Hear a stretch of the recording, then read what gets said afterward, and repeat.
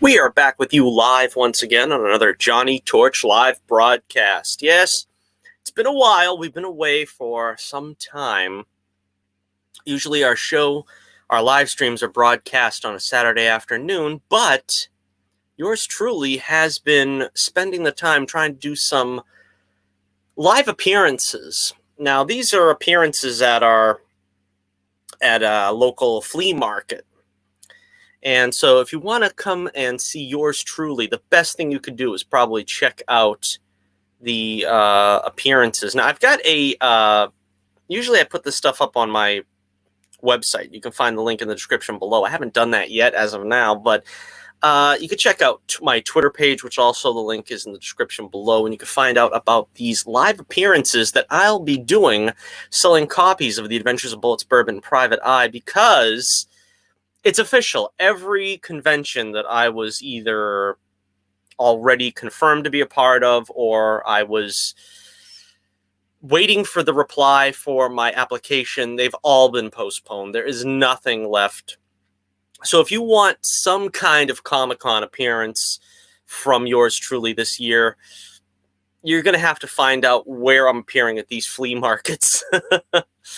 And as I always say, just look for the best-dressed guy there at the flea market, always there in my trademark suit and tie, although it's getting more and more difficult as the hot weather up here in the New England area increases. Of course, I am still calling this the Fortune and Glory New England Tour, even if it's in a sort of limited area. This is our tour for this year, so we hope you stop by and pick up some copies of The Adventures of Bullets, Bourbon, Private Eye. I'm selling out my back stock at ridiculous prices. Very cheap. So cheap they'll be by to take me away pretty soon. But until then, come on by and check out The Adventures of Bullets, Bourbon, Private Eye. On the remasters front, I'm very excited to say that it is finally out of my hands. I've been working on this baby for, it's been about 6 months, if not longer. And I knew it was going to be a long project that I was going to have to dedicate myself to entirely. I threw myself into the project entirely. And the first issue is now remastered. It looks beautiful. The colors are, more up to date and uniform with the rest of the series, because of course originally I did the first issue in marker and paints and some pencil, so I wanted to have it uniform with the rest of the books. So now it is now digitally colored. I'm gonna have to see how it looks once I get the proof copies. I wasn't too thrilled with the way the second issue came, and so I also took that back to formula, so to speak, and tried to tweak it. So hopefully that comes out better too. The third issue for some reason came out the way I wanted it to. It's a dicey prospect here, though. I don't know what was going wrong with the second issue, and I hope it doesn't carry over with the first. But we'll see. I'll have to look into that before I actually can get this Indiegogo off the ground, which is, I guess, the next step. Again, I've kind of bemoaned the fact that you have to be an Indiegogo entrepreneur now. You have to be a talk show host. You have to be a comic baron, so to speak. I kind of just like to keep my head down and just carry on with the work. Like I jumped right into the 7th issue, which I'm really excited about bringing, because this is a new story. I've been remastering the last 3 issues for the past probably about a year, a little over a year now, maybe 13, 14 months. It's been working on remastering previous issues. And so now I'm excited to get back into the storytelling aspect, bringing out a new story. And it's very exciting, this next story. But we'll get into that a little bit later in the future, some other time. We got a lot to talk about today because we haven't done a show in quite a while. I think it's been about 3 weeks, right? Lazy. What a lazy bugger I am. I can't, it takes time to put a show together, really. That's what it's all about. I mean, I wish I could just come home from a convention appearance or whatever and just throw on the camera and just talk about whatever. But no, I got to get story material and so on and so forth and images. And man, you wouldn't believe the work I put into it for a a small-scale show like this. But again, before we actually begin the show, please like, share, subscribe. Always feel free to leave a comment. I address all the comments in subsequent live streams. Hopefully I can get some more live streams done. I've got a lot of subjects that I want to tackle that I really haven't had time to yet because I put so much effort on the book. But again, I don't know how much time I'm going to have to do that if I do have to stop everything and start working on an Indiegogo and so on and so forth. We'll see. We'll see how it goes. We'll see how it goes. A lot of news that is basically, I don't know, partially rumor. I mean, I don't know. This is a lot of stuff we got to take with a grain of salt. And first off, let's see. This is Johnny Torch Live broadcast number 206, Torch News Roundup number 178. So let me give you the lowdown skinny here on the Torch News Roundup. This is where we talk about all the stuff that's going on in pop culture, anything that has to do with a comic book adaptation or, you know, Star Wars, sci-fi, so forth, this and that. If that's what you're interested in, you've come to the right place.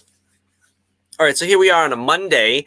Hope this week has been good to you so far, and let's get into some good news first. There's a couple of passings. We're going to do some in memoriams. In memoriam, sadly, to say goodbye to a couple of people that were important in the pop culture landscape. First off, though, we're going to talk about something that's a little bit more happy. We've got news finally, and I've been waiting a long time for this. I'm pretty sure you have as well, about Cobra Kai Season 3.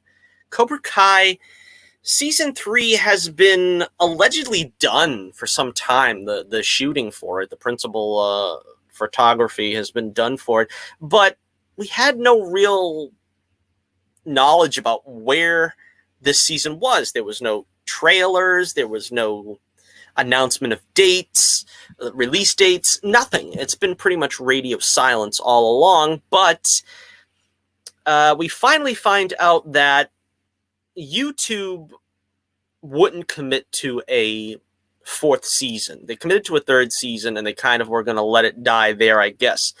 Thankfully, the showrunners, knowing that it's a very popular show and that they have grand plans for keeping it going for several seasons, asked for permission to shop the show around to other streaming services that would give them a commitment to at least a season 4 and potentially much more, much longer. So the show has finally landed a distributor or network or whatever you want to call these streaming services. Netflix has landed Cobra Kai, starting with upcoming season 3. And again, this is kind of disappointing for me because I really don't want to give Netflix my business. I don't want to give Netflix my money, quite honestly. And I don't know to what extent they are going to keep the show. I don't know how long their commitment is to it, but at least it's going to be on for a couple more seasons. We know that much. Still no info about when the third season will premiere. But at least we have confirmation that the battle of the ages between Johnny Lawrence and Daniel LaRusso will continue for the foreseeable future.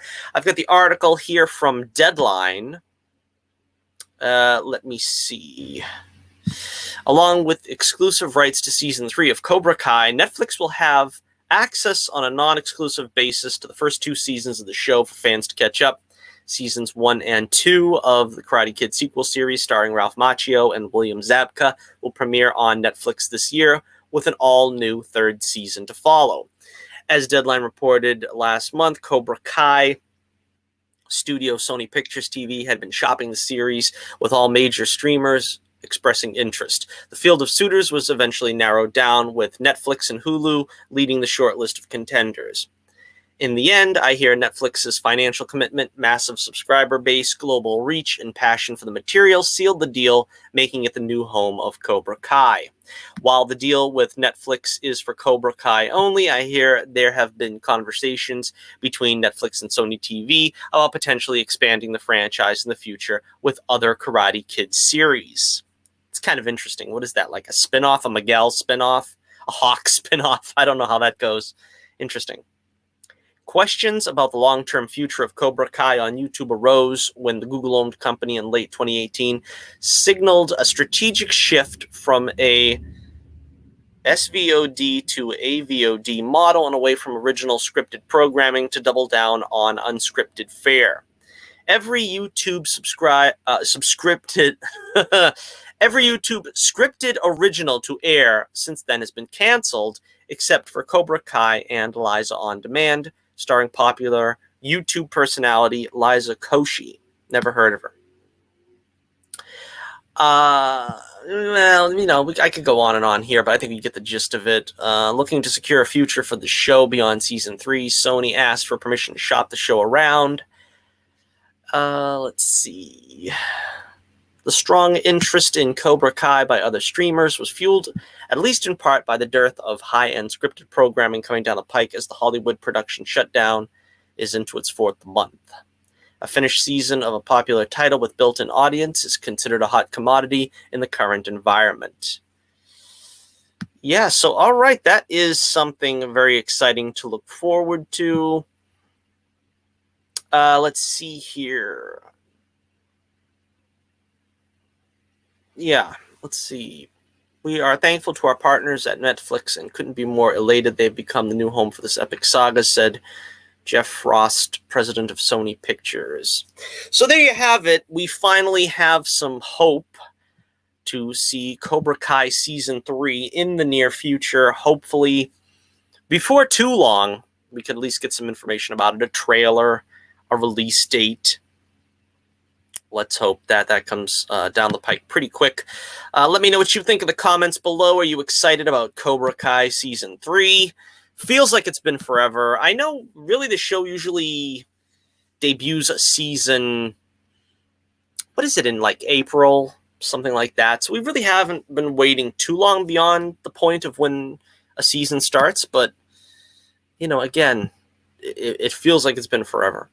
All right, we're gonna get into some of the in memoriam things here. First, I want to just mention the great actor Ian Holm has passed on. He will be undoubtedly remembered as Bilbo Baggins in the Lord of the Rings series, and you know, by Peter Jackson. You know, my recollections of Ian Holm has actually always been tied to Shakespeare. I was a huge fan of, he would show up in every Shakespeare production in the 90s when I was a teenager. And as a teenager that was like just discovering, you know, Shakespeare for the first time, he was a familiar face and, of course, very talented actor. He and Derek Jacobi, I think, showed up in pretty much every, you know, every Shakespearean project that was coming down the pipe from the late 80s to the mid-2000s. He played King Lear. Unfortunately, that I think is probably the only thing I haven't seen him play, because I don't know, I never saw that one. He also played Zera, the underhanded scribe that was trying to get Jesus arrested and put on trial in Jesus of Nazareth. Of course, that was a great role for him. Zera was sort of a fictional amalgamation of all the Pharisees that were plotting Jesus' death. Again, one of my favorite, you know, you can't call it a movie. To me, it's a 6-hour movie, but it's one of the greatest miniseries of all time, if you want to be, you know, precise about it, about the life of Jesus Christ. And it's just a fantastic miniseries. If you haven't seen it, you really owe it to yourself to see it. It's very authentic as well. Probably one of the more authentic tellings of the life of Christ. But again, one of my favorite all-time Shakespearean films. Again, Zeffirelli, who did Jesus of Nazareth, also cast him in Hamlet, opposite Mel Gibson as Polonius. And he did a great job there as Polonius. He was also in Henry V, Kenneth Branagh's Henry V. I can't recall the name of the character in that one. He was sort of his sergeant-at-arms. Just a great Shakespearean actor. Of course, he's remembered for a lot of movies. Very prolific. He was in Aliens. He was in Chariots of Fire. I mean, you can just run down a list of dozens of dozens of movies that he did. A consummate actor in all of them. You know, he fit into every role perfectly. I haven't seen probably a good half of the films he was actually in. Passing on at the age of 88, so he lived a pretty good long life. And again, if his claim to fame is not Shakespeare, it's definitely the classic character of Bilbo Baggins in Tolkien's Lord of the Rings by Peter Jackman, the film series. So again, R.I.P. Ian Holm. And let me know what you think in the comments below. What is your favorite Ian Holm performance? If we haven't mentioned it especially, let me know. All right, now we're going to get into our Batman portion of the show. We've got a lot of Batman news to talk about. Some sad, some exciting. You know, it depends on where this is going to go. A lot of it is rumor mill speculation. But first of all, we have the passing of Denny O'Neil, the sad passing of Denny O'Neil. He was 81, born in 1939. Uncoincidentally, the year that Batman was born, the year Batman was created, 1939. So talk about kismet, or fate, as it were. He had a lot of writing done for Batman. He was, of course, one of the premier Batman writers, particularly in the 70s. He was tasked pretty much with making Batman cool again, so to speak. I'm a big fan of 60s Batman, but of course there was a backlash after the 60s show sort of went its way and popularity waned for the character. It was very, very popular, Batman was, in the 60s due to the Adam West television show.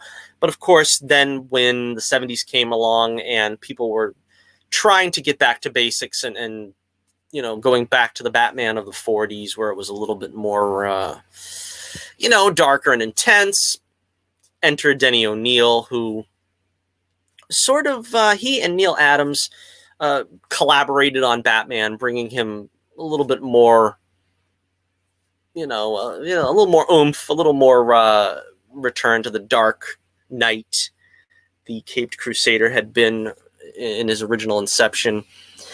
Of course, he had also, as we've got here in the image, he also was responsible for sort of the injecting some life into the Green Lantern and Green Arrow characters.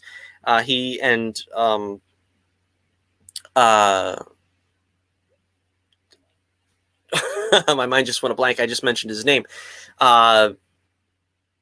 They did a series, a very popular series of Green Arrow and Green Lantern, where a lot of people want to sort of focus in on that series as like the beginning, the birth of like politics and comics. You know, it wasn't really SJW in those days. There was sort of the pretense that they were at least trying to give both sides of the story. They were trying to give both sides of the equation. You know, Green Lantern, they tried to make Green Lantern the conservative establishment side of things. And of course, Oliver Queen being the more liberal, sort of social justice warrior type thing. But again, it was Neil Adams. I think that's what I was trying to remember earlier. But that was sort of what they were the first comic series that sort of wrestled with issues torn from the headlines: drug addiction, racism. Again, this wasn't it was very much lauded at the time, but it really wasn't that popular in its time as well. That's why I've always said I don't really believe in infusing current day social issues with comics. I think comics should be escapism, but they tried their best, and again, it made them renowned for trying to, again, you have to remember at the time, turn comics from what was considered kiddie fare in the 50s and 60s to something a little more substantive, something with a little more grit, something that had teeth. And, he and Adams, of course, have to be credited with sort of that reemergence of a serious bent in comics in the, I guess would be considered the Bronze Age.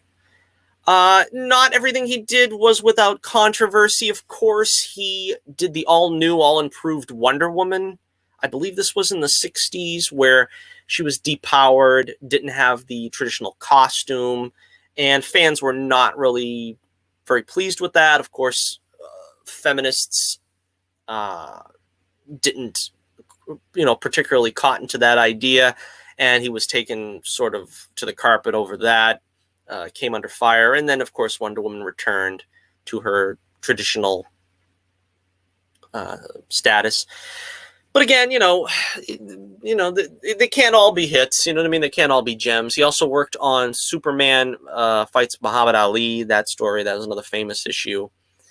He returned after a small stint in Marvel. He returned to DC to be the editor over the Batman comics around the time of, Nightfall and stuff like that. He was the editor at the time. He was responsible for the famous death of Jason Todd, another milestone of, it depends on where you fell in that camp, if that was such a good idea. The toll-free call-in killing of Jason Todd.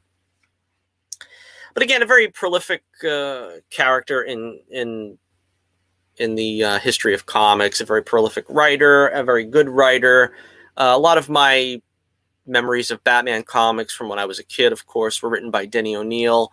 And again, he was just one of the pioneers that sort of brought comics into the modern era, taking them from, sort of the substandard fare into the more, acceptable realm in the Bronze Age to what we have nowadays. So again, thank you, and rest in peace, Denny O'Neil, who has passed on at the age of 81. Any comments? I'll leave them in the comments area below, or if you're here, you can always check out the chat. Let us know what you think. All right, we've got another memoriam that we just learned of today. We have our old pal, Joel Schumacher, just passed on at the age of 80 after a short bout with cancer. And Joel Schumacher, of course, has his ties to the Batman legend as well, directing Batman Forever in 1995 and Batman and Robin in, I believe it was 97, correct? Yeah. This year's the 25th anniversary of Batman Forever. Wow. So, yes, he will always go down as the man taking over for Tim Burton. Of course, we'll talk more about that in a moment.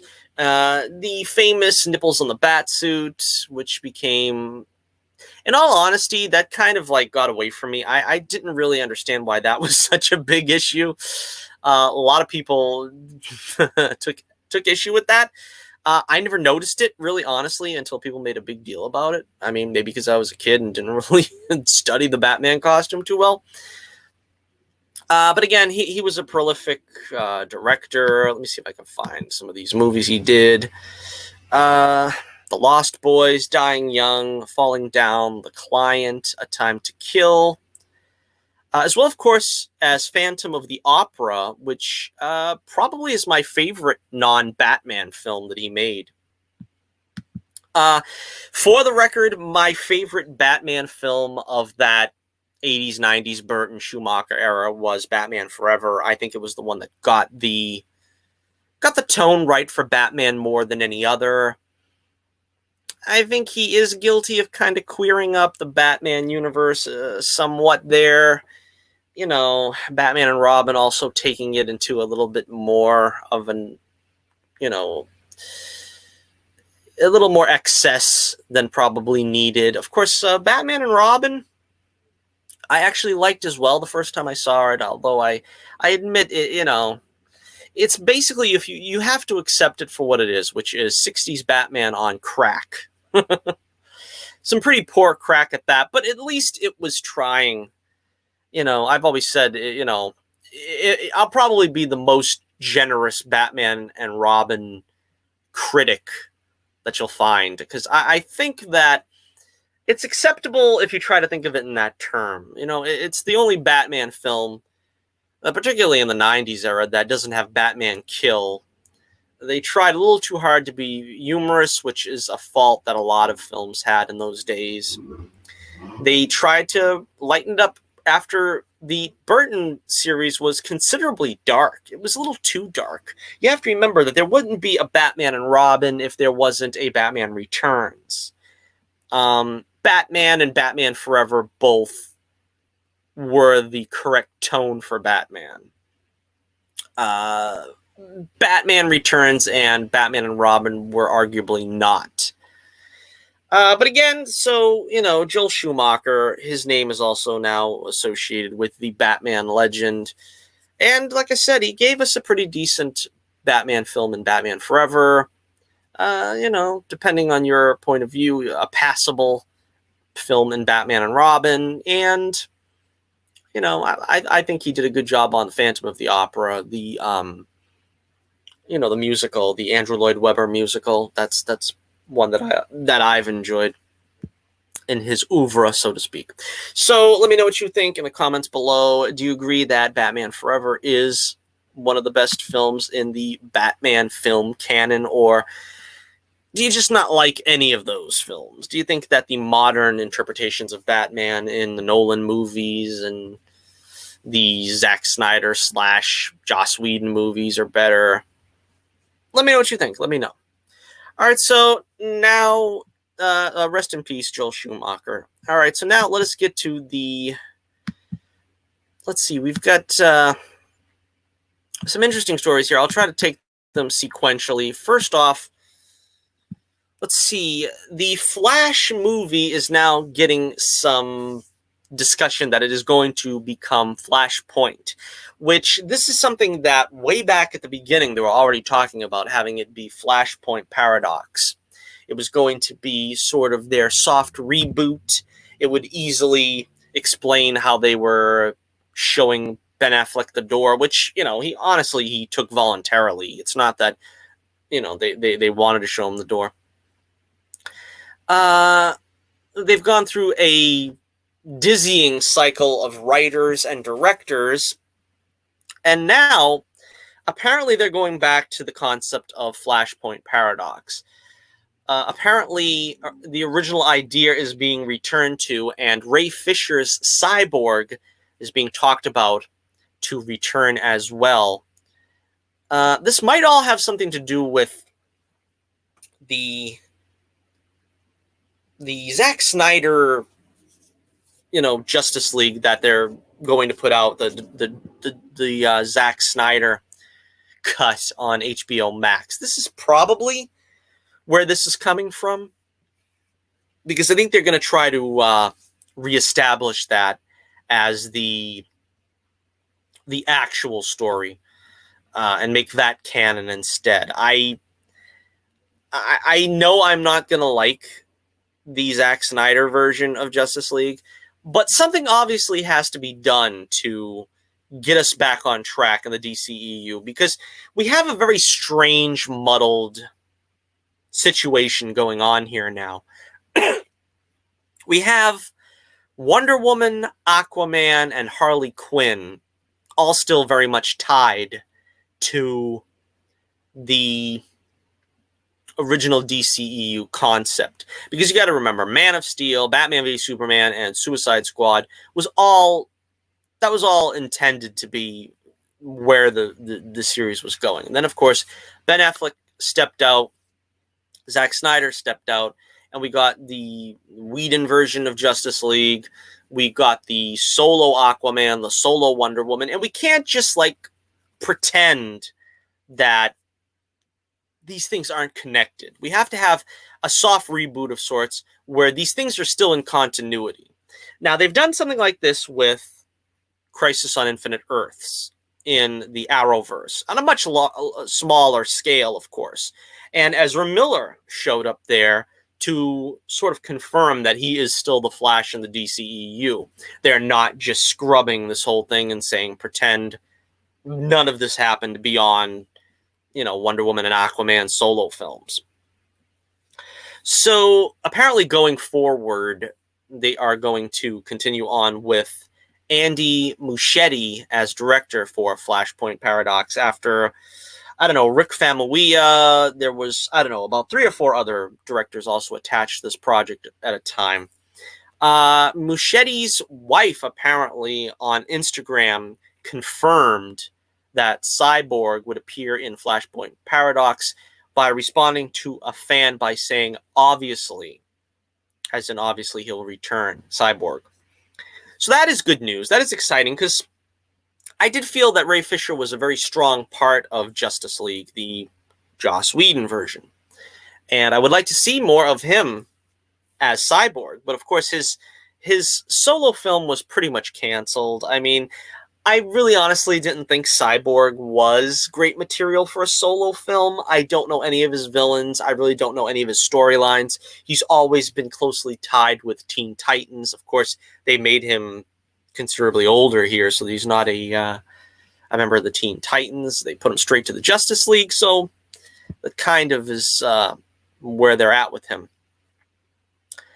Let's see. This seemingly confirms reports that Fisher is still expected to appear in some way, while potentially also indicating that we are going to get some sort of loose adaptation of Flashpoint, a story which saw Cyborg play a key role after the fastest man alive broke the DC Universe's timeline.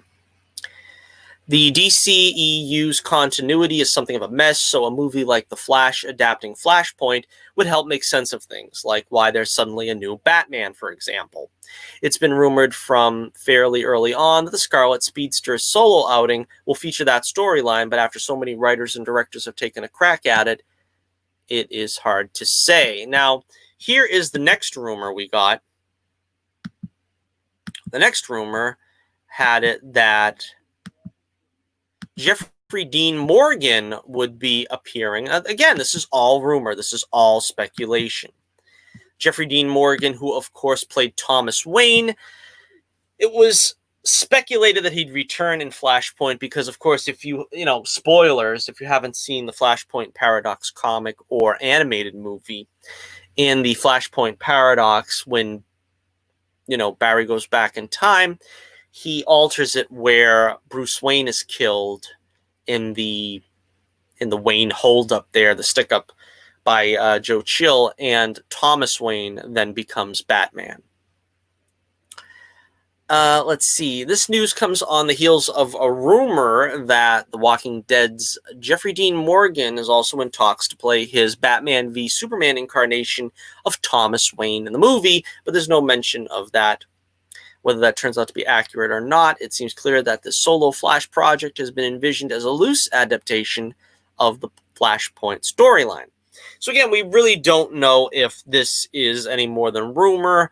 Of course, I think, honestly, the fact that they cast Jeffrey Dean Morgan as Thomas Wayne in this, in Batman v Superman, kind of betrays the fact that I think they wanted him to play Batman. But this next rumor now supersedes that rumor, because this is the one that we've all been waiting for, you want to hear about. Apparently, they have finally given the fans what they wanted and coaxed Michael Keaton back as Bruce Wayne for the first time since Batman Returns came out. What is it now? About 30 years ago. I kind of had the feeling that this was going to be on the back burner for a while. I think we all wanted it. We all wanted it during the Crisis on Infinite Earths crossover. But, I had a feeling they were holding off. They wanted to see if they could do this for, a big budget movie rather than just have him show up as a cameo, a glorified cameo. Keaton is still regarded by many as the best Batman on screen. Again, I honestly don't like Burton's Batman films. They portray Batman as a wanton killer. Nearly as psychotic as the Joker, if not as psychotic as the people that he's going up against. But I did like Michael Keaton's performance. It's not the most probably accurate performance to Batman, but he is a good actor, and I felt that he carried those movies. He carried them on his back when a lesser actor, which you do have in the Schumacher films, in Val Kilmer and George Clooney, they did not have a tenth of the stature that Michael Keaton had, which is, again, that would be funny, a play on words, because a lot of people dismissed Michael Keaton back in the day. I'm old enough to remember that when he was signed on and everybody found out about it, everybody's like, Michael Keaton, he's that little comedian guy from Mr. Mom, he's going to play Batman. But he really had the gravitas for it. He had the gravitas where Val Kilmer and George Clooney definitely didn't. So as much as I didn't like those movies, in terms of accuracy, I mean, they are entertaining. I wouldn't say that they were, but if you're a diehard Batman fan and you don't want to see Batman sort of just killing willy-nilly and having, basically him portrayed as being like one step away from psychotic, you've got to admit that Michael Keaton, though, did embody the character pretty well, if you can divorce yourself from what they did to him. Let's see. This news is sure to be met with excitement from fans of Tim Burton's original movies. It doesn't sound like The Flash will be a one-off appearance either, as Collider's Jeff Snyder has weighed in with the following over Twitter. And he tweets this: confirmed, Michael Keaton is in talks to play Bruce Wayne in The Flash, and potentially beyond, including movies like Batgirl. The character may be positioned like a coach mentor, similar to the way Nick Fury is used in the MCU. So they're planning on keeping him around, which, again, this is kind of confusing. I mean, I think most fans wanted to see him take on Bruce Wayne in the Batman Beyond role. I would have loved to see that as well. I'm not a fan of Batman Beyond either, to be totally honest, but you could use him it would be a very strong and powerful usage of him. Now, I knew this was going to be in the works back when I seen he was willing to do the Vulture for Spider-Man. I knew that it was only a matter of time they would get him back in some capacity as Batman. Now, I would personally still like to see him play Batman, but this isn't probably what we're getting. We're just getting him, maybe in a flashback suited up or something, where they'll just maybe throw the suit on him and say this is how he retired or something. So we're really not getting him back as Batman. Apparently, they're trying to replace Ben Affleck, and they're going to try to use this incarnation of Batman going forward in the MCU. Now, I still don't really like this concept. Now, it seems like they've got a plan. They're planning on somehow doing something with Superman again and bringing back Henry Cavill. Of course, they still got plans in the works for continuing Wonder Woman and Aquaman, but we're still not going to have a Batman that is sort of a contemporary of the Henry Cavill Superman. I don't know if that's the smartest move to make. Now, if you're going to do a Batman Beyond movie, do a Batman Beyond movie, but to sort of try to make let's call it what it is, a senior citizen Batman, be the contemporary of Henry Cavill Superman, Gal Gadot, Wonder Woman, it's still a very strange thing. You would think that they're going to try to use this opportunity to bring the Pattinson Batman up to speed, but it's very strange. We've got the middle-aged Ben Affleck Batman. We've got I don't want to say the millennial Batman by any means, because he's only about 5 years younger. Robert Pattinson is than Henry Cavill. And now we're going to have the senior citizen Batman. It's very strange to see how they're going to try to fit these all in when we can't just seem to get a Batman in his 30s at the same time as Henry Cavill as a Superman in his 30s.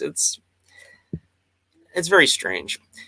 The Hollywood Reporter backs this up. So it looks like Keaton is indeed being lined up to potentially replace Ben Affleck as the main DCEU version of Batman moving forward. The Wrap has updated its initial report, which has now been backed by all the major Hollywood trades, to include more details about Warner Brothers' plans to bring Michael Keaton's Batman back to the big screen.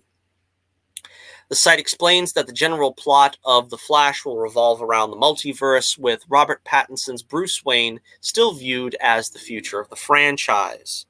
In other words, it's sounding increasingly likely that the Batman will be a standalone franchise, not all that different to Joker, the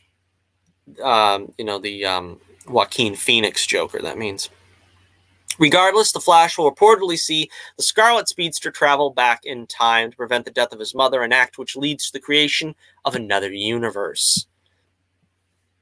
If that sounds familiar, it's because that was essentially the plot of the Flashpoint comic book series. They go on to explain that this new reality is protected by Keaton's version of Batman, and both Batman Forever and Batman and Robin will be forgotten about, with the Flash revealing what this Dark Knight has been up to in the 30 years since we last saw him face the Penguin in Batman Returns. It seems likely that this newly created world will be here to stay, especially as it's being widely reported that Keaton's Batman will stick around, acting as mentor to a number of heroes, including Batgirl. This would also explain the disappearance of Ben Affleck's Dark Knight, but will leave the main DCEU with a Batman who is probably retired. It's an interesting and exciting move for sure. I don't know. Like I said, I love to see it. I'd love to see them try to do a Batman Beyond with Michael Keaton. I don't really know how far you can keep this going in the universe at large. I do have my misgivings about it. Let's put it that way. On the one hand, I'd like to see, we've got a chance here to do something that we couldn't do with Superman Returns, but I'm afraid this is going to be a Superman Returns type thing. You can ruin a franchise by trying to bring it back. Now, the difference is here, we get back Michael Keaton, maybe we get back Michelle Pfeiffer. I've heard a lot of people saying, well, we get back Jack Nicholson. Yeah, no. Not only was Nicholson killed off, but I mean, the guy is retired. He's in his mid-80s now. I mean, I don't really think we can go that far. But we could kind of play in that sandbox a little bit. It might be fun. But, in the case of Superman Returns, it was like a recast continuation of the Reeve films. Didn't quite feel consistent with the Reeve films. It was basically them just trying to, it was something like The Force Awakens, where they just wanted to retell the same story with, sort of an updated cast and situations. In this case, again, where do we go from here? I don't know what we do with Batman in this particular segment. We don't acknowledge Batman Forever. We don't acknowledge Batman and Robin. Then what about Dick Grayson? Where does he fit into all this? Are we going to go with the Zack Snyder verse, where Dick Grayson is supposedly killed? I think his costume was the one supposedly that is in Batman v Superman as the Robin that was killed by the Joker. Again, that I don't really need to see that. I would like to see, Dick Grayson get his due in what he should have been by now in the Nightwing movies, right? There's supposed to be a Nightwing movie. Anyway, I don't know. Let me know what you think about this. It's food for thought, to be sure. It's very interesting. Again, I think it has potential. It has potential to be very good and very interesting, but then again, on the other hand, it could ruin a lot of things. It's very confusing what they're going to do with the Pattinson Batman going forward with this. I guess it's just going to be a different universe. Again, I don't really know. I don't really know what's going to come of this, but we'll keep tabs on it. We'll see how it goes if we have any confirmation about this to begin with going forward. Thank you for joining me here for our first show back for a while. I'm going to try to get these back on track and do a couple shows a week, at least a show a week, and get some consistency going. Make sure you like, share, and subscribe. Hit the link in the description below for my website. You can check out The Adventures of Bullets, Burb, and Private Eye. We've got a couple preview pages up there. If you haven't seen it yet, please be sure to check it out. We also have my link in the description below for my Twitter page if you want to keep up with my appearances and when the next videos the next live streams will be on tap. You can find out there. And yeah, just keep up with all this news. Hopefully we'll have more news to bring to you soon. I got a lot of other things that I want to talk about we haven't gotten to yet. I wanted to review all the shows that were out this past season. Also wanted to check out some other stuff coming up. So we'll talk about that when we get to it, hopefully very soon. And, of course, we will be talking about the Bullets Bourbon Indiegogo, hopefully. Hopefully I can get that on track. Hopefully the book will be, the proof will be in my hands pretty soon, and we'll be able to go forward with that full steam. So until next we meet, this is Johnny Torch reminding you once again, keep the flame burning brightly, and I'll be with you again real soon.